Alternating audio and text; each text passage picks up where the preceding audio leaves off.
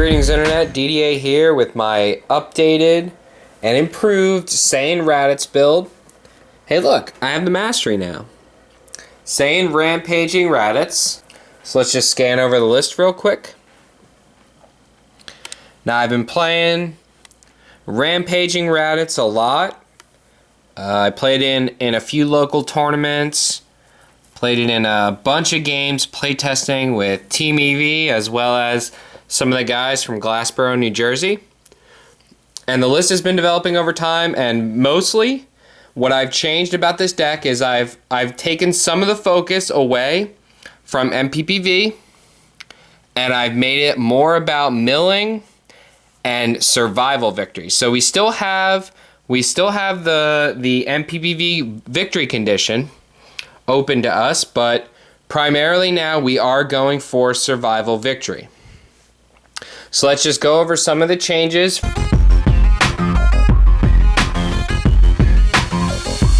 So probably the biggest and best change I made to this deck was dropping 3 elbow drops for 3 Saiyan Flights.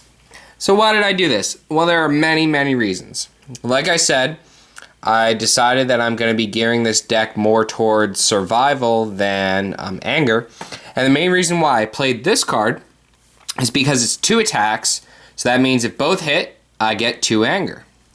So I switched it for this card for many reasons. One thing that I love about this card is that it has endurance.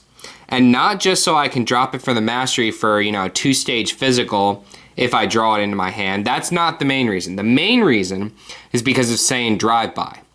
This card having endurance in this deck makes it so I can actually stack it on the top of my life deck if my opponent enters on me with Driveby, get the rejuvenation ability, and then draw into a nice setup next turn. I love this guy because it's flat damage. It'll give me an attack, you know, a 5-stage physical attack, which is great against 18 because it's flat damage. And most of the time, this card was doing about 5 damage anyway. But it's flat damage, and it's hit rejuvenate 1, which is great for survival victory, and also great for Menace. Because if I use Menace, I can then follow with Flight, and if they don't block it, not only am I going to get anger, but I'm also going to get Menace in play. Which means this card could actually give you 2 anger if you were on your level 2. Because you can get the attack and get Menace in play for a nice mill and an anger. So really great card. This card should have been in my first build. It really should have. I don't know why I didn't play it. I was trying to go more aggressive rather than play the setups.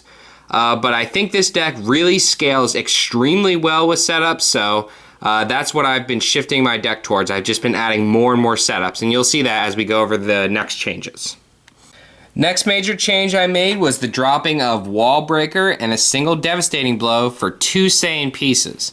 Now, I only have 1 because I only own 1, but there's 2 copies in this deck. It's limited 2 per deck, and it is amazing. This is another change that really just should have been in the first build of Saiyan Raditz, because this card is just spectacular. Used when your opponent advances a personality level, you may set your anger to 0. If you do, lower your opponent's MP 1 level. So the great thing about that, you're setting your anger, so yes, you can use this at 0 anger. And it's a setup, again, and Raditz scales so well off of setups. And we're going to go over this a little bit more when I talk about the strategy. But this is just more conducive to the deck win strategy, the survival victory, mainly with the level 2. And Devastating Blow is still great. I still play 2 copies in the deck. And Wall Breaker, I didn't, you know, I played it at a single copy. It's good in some matchups, but it really falls short in other matchups, which is why I don't really like playing it anymore. It's really good in decks that don't have the anti-anger, but this deck now does with this card, Saiyan Peace, great card. Next up, another really great change that I made to this deck was the dropping of Sagacious Strike straight up for Pinpoint Blast. Now there's a few reasons why I did this, primarily because it's great that you can make Sagacious Strike unstoppable for the crit, but Pinpoint Blast gives you a crit already. So the only thing that your Sagacious Strike is getting you is that you're actually activating critical damage, so you're getting off Wall Breaker. And as I said before, we're moving a little bit away from the MPPV victory, and I don't really care if they wall breaker me. This is something that I found in playtesting. You know, wall breaker me on 1, go right ahead. I will play the entire game on this level 1. I'm completely fine with that.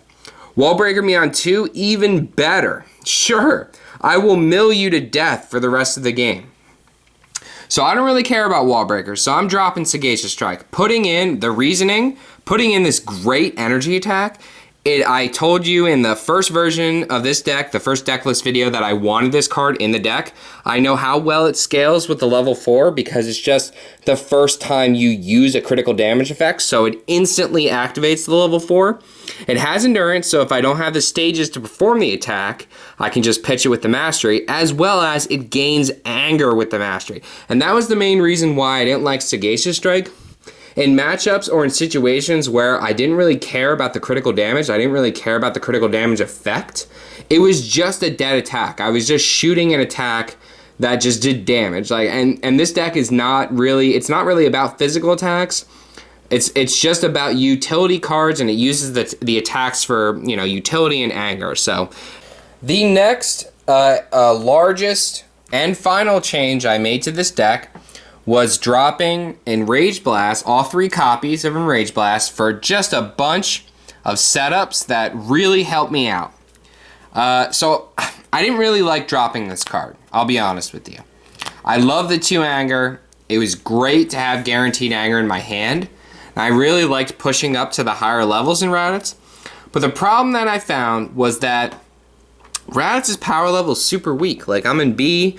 Sure, I'm in C here, like I get to C, but I'm weak, and there are a lot of physical beatdown decks right now. And there were just so many times where I couldn't use this card.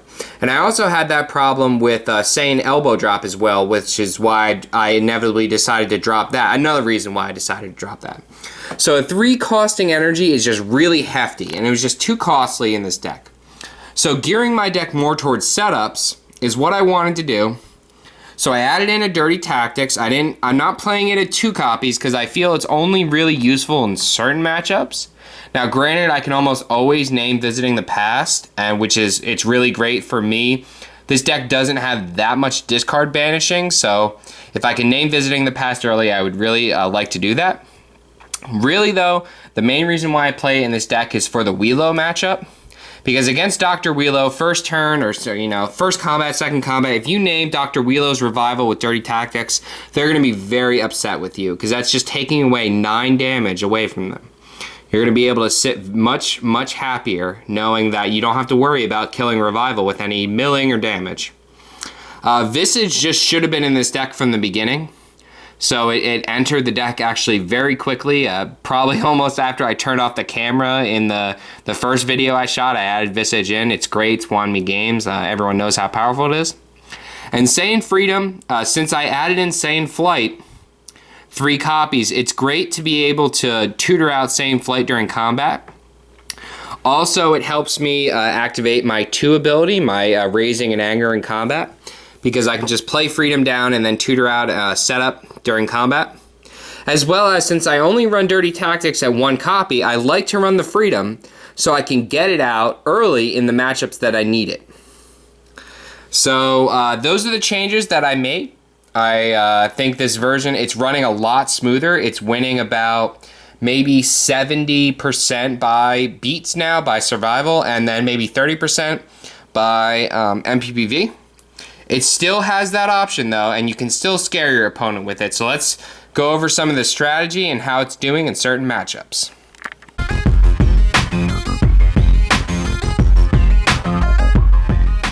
So to go over a general strategy with how you're going to use this deck, like I went over in the first video, level 1 Raditz is super, super strong. When you're early game, you can just kind of sit back and know that you have this power to fall back on, especially when the opponent enters on you. You're still going to want to go aggressive if you get the right hand early. Like if you draw into plenty of attacks and blocks, you do want to enter combat because you can capitalize on the early game and the card advantage you gain with this power and the additional anger and easily jump to the level 2. Now this deck this deck list does play a lot more planning cards now. So you're gonna have to change the strategy a little bit compared to the first list if you use that one. So pretty much being on level 1, you know, sans wall breaker. If you get wall breaker it's a little difficult to get it off of you.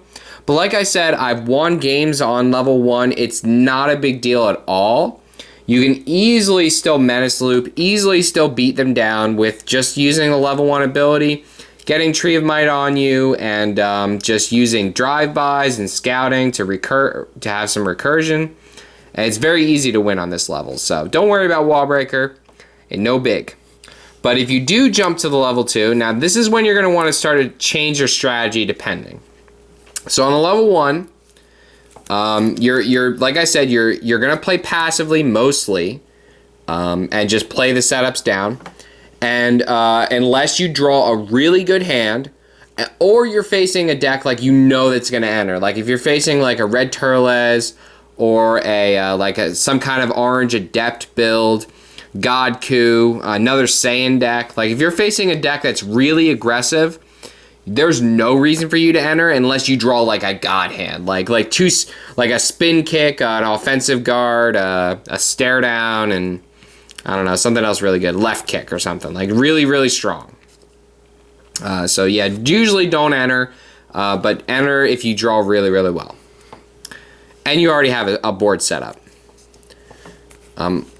So you're going to jump to level 2 very quickly, unless you're wall breakered. Very quickly, and this is where you're going to want to change the strategy. So now, if you're facing a blue deck, I would say that you would want to sit on this level. It's going to be, for a while, it's going to be a little difficult for you to MPPV. You need 5 anger to level instead of 4. It's a little bit harder for you to level. And blue is really good against attacks.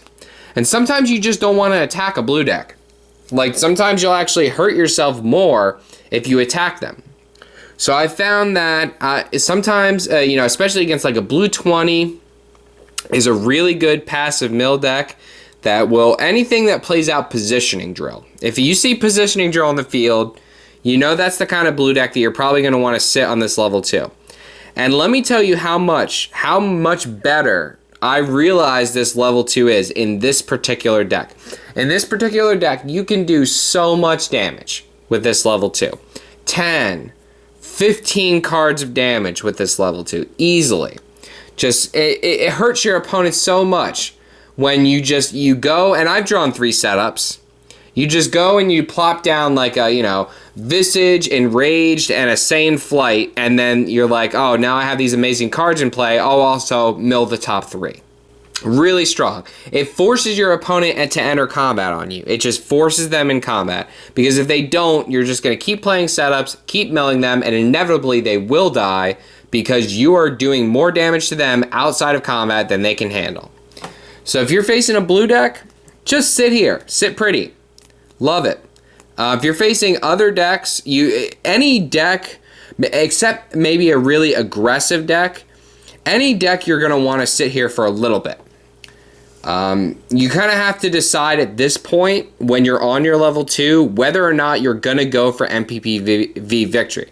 You can still win by MPPV with this deck, even though I dropped a lot of anger. But you have to decide at this point. You're going to turbo up with the 1. You're going to just turbo up to the 2. So then you have to gauge how fast you're leveling. If you can immediately jump from the 2 to the 3, you know you want to try for MPPV. But if you find yourself lagging on this level, which happens sometimes, you may just want to go for beats. Try to push yourself to the 3 because he's great late game. But still try to push yourself to the 3, but you want to focus on beats if you feel like you can't gain the anger you need to MPPV. So the 3, again, you're going to usually get here, and it's really great late game. And you want to sometimes go aggressive. You want to enter on your opponent. Because if you enter on your opponent, you kill the card that they've been holding, that 1 card. So it's not really random then. You kill that 1 card they've been holding. So, and that is amazing. It just stops your opponent from being able to hold a card against you. This level 3 is actually really good against beatdown decks because it takes an attack away from them. Chances are they're entering on you with 3 or 4 attacks, and you're taking one of those away. You're taking out a significant amount of their damage with this guy. Matchups that this deck isn't really good against would probably be heavy setup drill decks. You can see that I don't really play that much board clear. I kind of go for the milling. I may change that. I don't want to play Discovery, because if my opponent doesn't have setup or drills, it's literally a dead card. Because I can't even play it because it says destroy a setup or drill, and you have to destroy your own if they don't have it. If they don't have it in play. So I don't want to destroy my own setups and drills, so I don't want to play that card. The other option would be me to play like Combination Drill for the orange matchup, and I might actually consider doing that. I don't play any drills as it is right now, so Combination Drill might be a good add, especially against Orange 20, but there aren't many drills in this deck that you care about. Mainly Lookout Drill. So if you face like an Orange 20 or a Blue 20, you're going to want to focus Lookout Drill, get Lookout Drill out of play as fast as possible. Ally matchups are just easy for you. Like anything Ginyu, anything tag team. If you face a tag team deck, you're gonna win. Like I don't think that there's a tag team deck out there that will beat you, just point blank. The Namekian matchup it's kind of 50-50. You have the crits, you have Pinpoint Blast, so you can crit them. You don't need to attack again, and Namekian likes when you attack them. They have hybrid defense, they have flinch. So be passive against Namekian. Don't, go aggressive in the beginning, but then as they start gaining levels and start to be able to gain more rejuvenation from hybrid defense and they activate their flinch ability, don't be aggressive then with attacks. Kind of play passively, maybe wait until you have a stare down in your hand so you can see what blocks you're dealing with and then maybe go aggressive. So now if you manage to get here, which I get here less now because I did drop Anger, if you manage to get here, you are very happy. You have Pinpoint Blast to instantly activate the ability. If you get here, you should either do one of two things. Menace Loop or MPPV. If you can't Menace Loop, you should try to MPPV. You should just use the power to get out Saiyan Enraged. It instantly gives you 2 Anger, so you only really need, when you're on this level, you only really need 3 Anger to win. Because you just power for Enraged. Just simply put. So I hope you guys enjoyed my updated Saiyan Raditz deck build. The deck is extremely fun to play. Love playing this deck. Because it just has so many options. Like you can go aggressive with beats, like physical attacks. You can just do, like your discard pile is your tool. Like you play with it. You put cards on top of your life deck. You put cards on you rejuvenate cards. You play with non-combats from your discard pile. You just have so many options. The mastery makes it so you can just use attacks, like you can use blocks as attacks, energy attacks that you can't perform. Saiyan Scouting has been a 5 to 7 stage physical for me so many times. I've just knocked my opponent to 0, just baited out a block, or just shot this at him. Like it's non-styled, so you don't really care. Just they're 5 above 0, just shoot this out. And then they're probably gonna block it. They don't want to be knocked at 0, and then you can just unload the rest of your attacks in your hand. So, like, comment, subscribe. Hope you guys like this deck list video. I'm going to be coming out with more videos. As you can see, I'm coming out with all the Toronto matches. So I'm going to put those up, and I haven't been commentating the Swiss, but I'm going to be commentating the top cut and the finals. So I will do that for you guys. I'll commentate it. As well as we got our Team Eevee podcast. It's probably already out. Maybe. I'm not sure what the order is on these videos that I'm going to release. But more decklist videos too. I'm playing around with, I'm either going to build Blue Vegeta. I'm probably going to build Blue Vegeta. We're going to try that out, see if I can make it work, see if it's as bad as everyone says it is. And then I'm probably going to build some kind of a black deck. Either, I'm thinking Perceptive Trunks. Either Perceptive Trunks or I really like that black 19 build that Team Cardboard came out with. I might steal that idea and run with it. But we'll see, guys. Stay tuned and watch out for tons more videos.